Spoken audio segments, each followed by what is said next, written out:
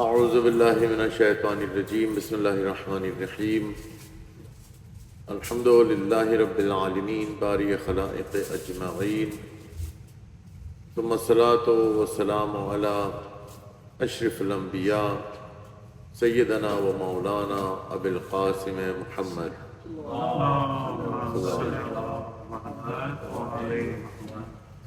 وعلى أهل بيته الطيبين الطاهرين المظلومين المعصومين ولعنة الدائمة على أعدائهم أجمعين أما بعد فقد قال الله تعالى في كتابه المجيد يا أيها الذين آمنوا أطيعوا الله وأطيعوا الرسول وأولي الأمر منكم فإن تزعمتم في شيء فردوه إلى الله والرسول إن كنتم تؤمنوا بالله واليوم الآخر صلوات اللهم صل على محمد. سورہ نساء کی آیت نمبر 59 میں 59 میں اللہ تعالیٰ ارشاد فرماتا ہے کہ اے وہ لوگوں جو ایمان لائے، اطاعت کرو اللہ کی، اطاعت کرو رسول کی اور صاحبان امر کی. اور پھر فرماتا ہے کہ اگر انتظامتم فی شیء، اگر تمہارا کسی بات میں اختلاف ہو جاتا ہے، لڑائی جھگڑا ہو جاتا ہے، وردوہ الی اللہ والرسول، تو اس بات کو پلٹا دو، یعنی ان کی بارگاہ میں لے جاؤ، یعنی ان سے پوچھو جو وہ فیصلہ کریں، اللہ اور رسول. ان کنتم تؤمنوا باللہ، اگر تم اللہ پہ ایمان رکھتے ہو اور روز قیامت پہ ایمان رکھتے ہو تو ایسے ہی کرو گے. اچھا، ہم نے دیکھا کہ طول تاریخ میں ایسا ہوا تو نہیں کہ جن لوگوں نے اللہ اور اللہ کے نبی پر ایمان لائے، یا ایھا الذین آمنوا جہاں سے آیت مبارکہ شروع ہوتی ہے، کہ ہمیشہ ایسے ہی ہوا ہو، کسی بات پر وہ سٹینڈ لے لیا تو بس وہ صحیح ہے یا غلط ہے، چونکہ میں نے سٹینڈ لیا ہے لہٰذا میں صحیح ہوں، اب دین جو کچھ بھی کہتا رہے. یا مثلا میرے مفاد میں کوئی چیز آ رہی ہے. عموماً یہ دیکھا گیا ہے کہ وراثتی معاملات کے اندر جب وہ دیکھتے ہیں کہ فائدہ ہے ہماری طرف ہے تو وہ اہل سنت کے معاملات پر عمل کرنا شروع کر دیتے ہیں. مثلا پراپرٹی کے اندر ماں کا حصہ نہیں ہوتا، لیکن جہاں پر 2-3 بیویاں ہیں تو وہاں پر جو دوسرے جو اولادیں ہیں 2 ماؤں کے بعد والے یا تینوں، وہ پھر یہ کہتے ہیں کہ ہماری ماں کو ملے گا. قرآنوں کی مثلا ایک کی ماں مر چکی ہے تو ہماری ماں کو ملے گا، ہم لیں گے. اب شیعہ فقہ کے اندر جو ہے وہ نہیں ہے، پراپرٹی کے اندر بیوی کا حصہ کوئی نہیں ہوتا. یعنی جو موویبل ایسٹس ہیں، مثال کے طور پر آپ کے پیسہ ہے، مال دولت ہے، بینک اکاؤنٹ ہے، اس میں حصہ ہوگا لیکن زمین میں حصہ نہیں ہوگا. اور پاکستان کے قانون کے حساب سے حنفی فقہ چل رہا ہے، تو وہ پراپرٹی کے اندر جب وہ اولاد ہے اور باپ کی ڈیتھ ہو چکی ہے، ماں ہے، تو وہ ماں کو جو ہے اس کو بھی، بیوی کو بھی 1/8 حصہ دیتے ہیں. یہ درست نہیں ہے ہمارے فقہ کے حساب سے، لیکن عموماً دیکھا گیا ہے کیا کہ وہ ہمارے لوگ بہت سے جو ہیں وہ پاکستانی قانون کے اوپر ہی چلتے ہیں. وہ شیعہ ہوتے ہیں، شیعہ ہونے کے باوجود وہ کہتے ہیں کوئی بات نہیں، مال آ رہا ہے آنے دیجئے. ایسے ایک مولوی صاحب تھے، یاد آیا مجھے واقعہ، گھر آئے تو دیکھا کہ مرغی پکی ہے. گھر والے سے پوچھا بھائی یہ مرغی کا سالن نہیں ہے؟ کہاں سے مرغی؟ تو میں نے پیسے نہیں دیے. کہاں سے؟ انہوں نے کہا ہمسایوں کی ابا جی مرغی آئی تھی، وہ ہم نے حلال کر لی. یہ تو حرام ہے، جائز نہیں ہے، کیوں تم نے کیا؟ کہا کہ نہیں یہ ہو گیا، اب ہمارے سے غلطی تو ہوگی، اب کیا کریں، اب تو پکے سالن بن چکا ہے. میں کہا بھائی تم لوگ کھاؤ، میں نہیں کھاؤں گا، مجھے صرف شوربہ ڈال دو. میں کہا ٹھیک ہے. اب انہوں نے شوربہ ڈالا تو ادھر سے وہ بوٹیاں جو تھیں کچھ اس میں رہ گئیں، تو دیکھا کہ مولوی صاحب بوٹیوں بھی کھانا شروع کر دیا. نے کہا مولوی صاحب آپ تو فرما رہے تھے ابا جی کہ یہ تو حرام ہے، تو آپ کیوں کھا رہے ہیں؟ انہوں نے کہا دیکھو بھائی جو خود تیر کے آ جائے وہ حلال ہو جاتی ہے۔ تو ہمارے لوگوں میں یہ چیز ہے کہ حالانکہ جو فقہی مسائل ہیں اس پہ اور دین کے معاملے میں سٹک کرنا چاہیے۔ اب یہاں ٹورنٹو میں تعداد بہت زیادہ ہے ہمارے زیدیوں کی، بہت زیادہ ماشاءاللہ زیدی ہیں۔ میں نے دنیا کے کسی خطے میں اتنے زیدی نہیں دیکھے جتنے یہاں دیکھے، خود بھی زیدی ہوں۔ ہمارے جد حضرت زید الشہید کا اللہم صلی اللہ علیہ وسلم علیکم السلام، ان کا ایک مشہور واقعہ ہے کہ جب انہوں نے قیام کیا تھا علیکم السلام، تو ان کے ساتھ 2 جنرلز اور تھے، بہت بڑے بڑے قبائل کے، جن کے ساتھ تلواریں تھیں۔ میں سے ایک کو دیکھا، حالانکہ شیعہ تھے سب کچھ، کہ نماز میت پڑھاتے ہوئے گئے اور جتنی تکبیریں اہل سنت کی ہوتی ہیں اتنی تکبیریں انہوں نے پڑھا دی، ایک تکبیر کم، ہماری ایک تکبیر زیادہ ہوتی ہے۔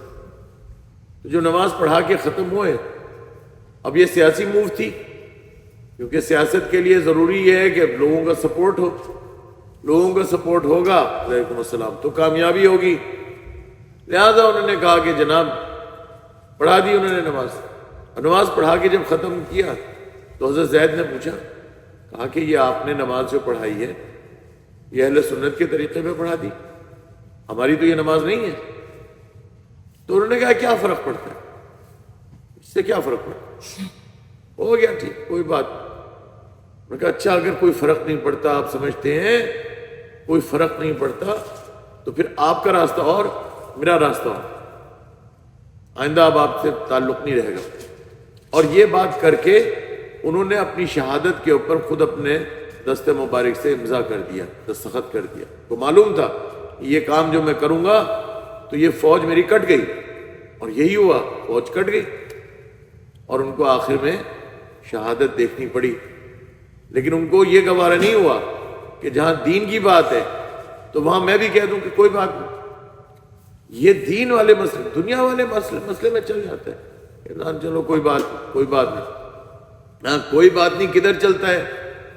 ادھر چلتا ہے کہ مثال کے طور پر ایک صاحب زبان درازی کر رہے ہیں، ہر روز کر رہے ہیں، لعنتیں بھیج رہے ہیں، برا بھلا کہہ رہے ہیں، آپ یہ کہہ کے معاف کر دیں، کوئی بات نہیں، جانے دو، یہ آپ کی بڑائی ہے، یہ آپ کی اچھائی ہے۔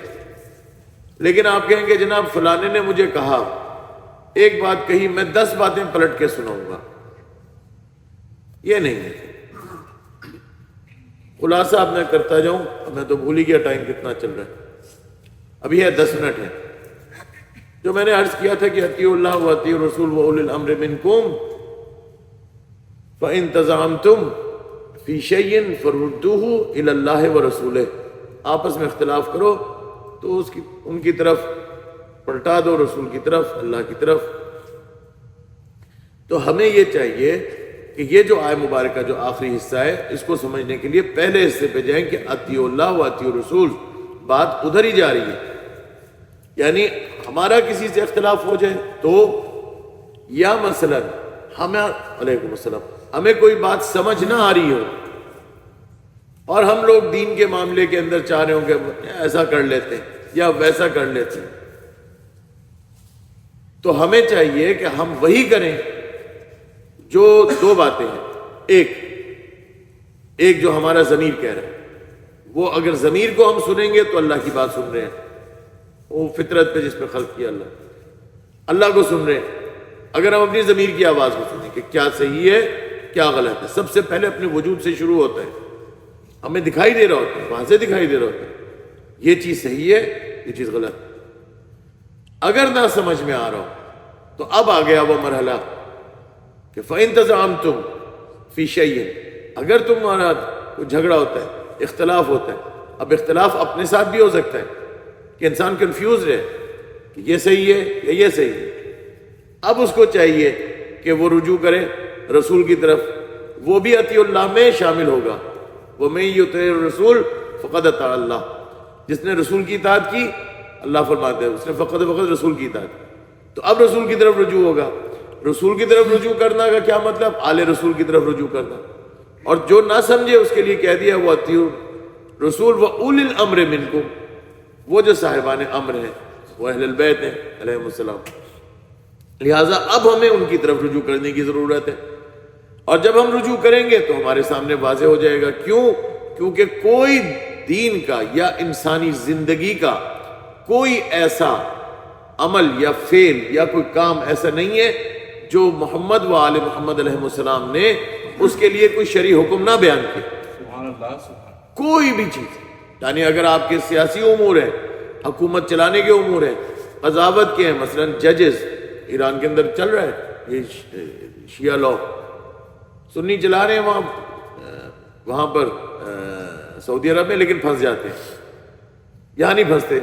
کیوں نہیں پھنستے؟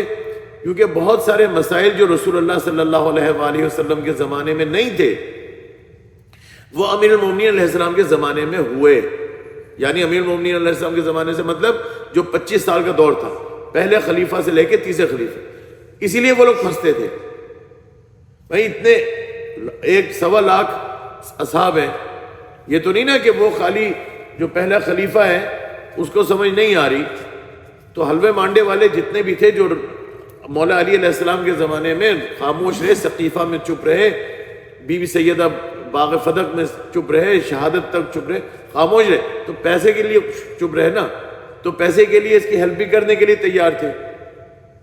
بہت جب مشکل ہوتی تھی اور پھنس جاتے تھے تو پھر مولا علی کی طرف جاتے تھے نا یہ لوگ، ورنہ انہوں نے تو کوئی نہیں جانا تھا مولا علی کی طرف. مولا علی علیہ السلام نے بھی فرما دیا تھا کہ رسول نے جو فرمایا تھا کہ یا علی آپ کی مثال کعبے کی طرح ہے، کعبہ لوگوں کی طرف نہیں جاتا، لوگ کعبے کی طرف جاتے ہیں. تو مولا علی گھر میں تشریف فرماتے. ٹھیک ہے، امام کو کب ضرورت ہے کہ تخت و تاج یا خلافت یا بادشاہت کی، یہ کون سے نبی کو ضرورت ہے؟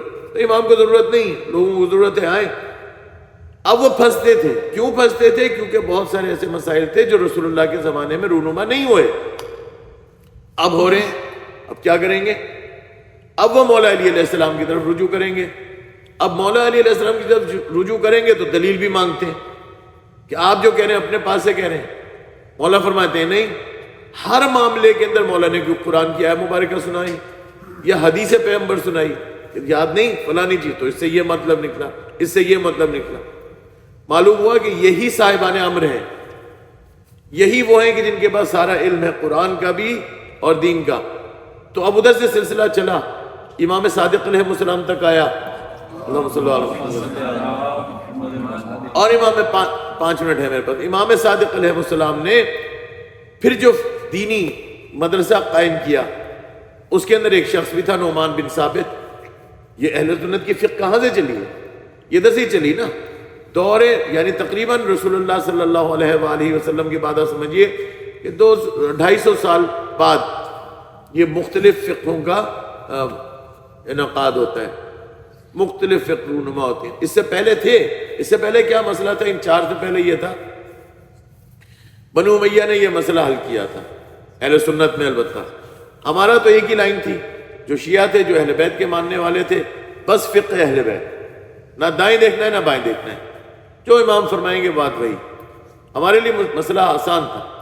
لیکن اہل سنت والجماعت کی طرف مصیبت یہ پڑ گئی تھی کہ ہر کوئی مفتی تھا اور گلی گلی کوچے کوچے سے فتوے آ رہے ہیں. اب انہوں نے کہا یہ کیا مسئلہ ہے، کیا کریں؟ وہ ایک کہتا ہے بھائی میں تو کہہ رہا ہوں کہ یہ حلال ہے، دوسرا کہتا ہے نہیں حرام ہے. ایک کہتا ہے مثال کے طور پر زنا ہوا، دوسرا کہتا ہے نہیں ثواب ہوا. بے تحاشا ایسے مسائل. اور یعنی تعجب ہوتا تھا کہ اس کی عقل کو کیا ہو گیا کہ اس نے فلانی آیت نہیں پڑھی، فلانی آیت. جب وہ آیات اس کے سامنے رکھیں گے تو وہ اپنی توجہ دے گا. تو خلاصہ یہ کہ فقہ ایک نہیں رہا، ہزاروں ہو گئے. اب جب ہزاروں ہوئے تو یہ جو بات تھی جو اللہ تعالیٰ نے کہا تھا وَإِن تَزَعَمْتُمْ فِي شَيْءٍ فَرُدُّوهُ إِلَى اللَّهِ وَرَسُولِهِ، اگر آپس میں کسی چیز میں اختلاف ہو جائے تو اللہ اور اس کے رسول کی طرف پلٹا دو بات کو. یہ نہیں ہوا، پلٹائی گئی تو اپنی طرف. ابو موسیٰ اشعری جیسے لوگ، وقت چونکہ کم ہے تو جب نہیں پلٹائی گئی تو اتنے زیادہ. اب بنو امیہ نے کہا کہ بھئی یہ تو حل کرو. خلیفہ نے کیا کیا؟ کہا بس اب 4 فقہی ہوں گے. پھر بنی عباس کے اندر بھی یہی ہو کہ اہل سنت میں 4 امام، بس یہی 4 امام. اب ان 4 اماموں کا یہ ہوا کہ ان کو بھی چاہیے تھا کہ اللہ اور اللہ کے رسول کی طرف بات موڑتے اور فقہ ہوتی تو ٹھیک تھی، لیکن کیا ہوا، ایک مسئلہ مثال کے طور پر جو ان کے یہاں ہوتا ہے وہ ہے قیاس کا۔ قیاس کیا چیز ہے؟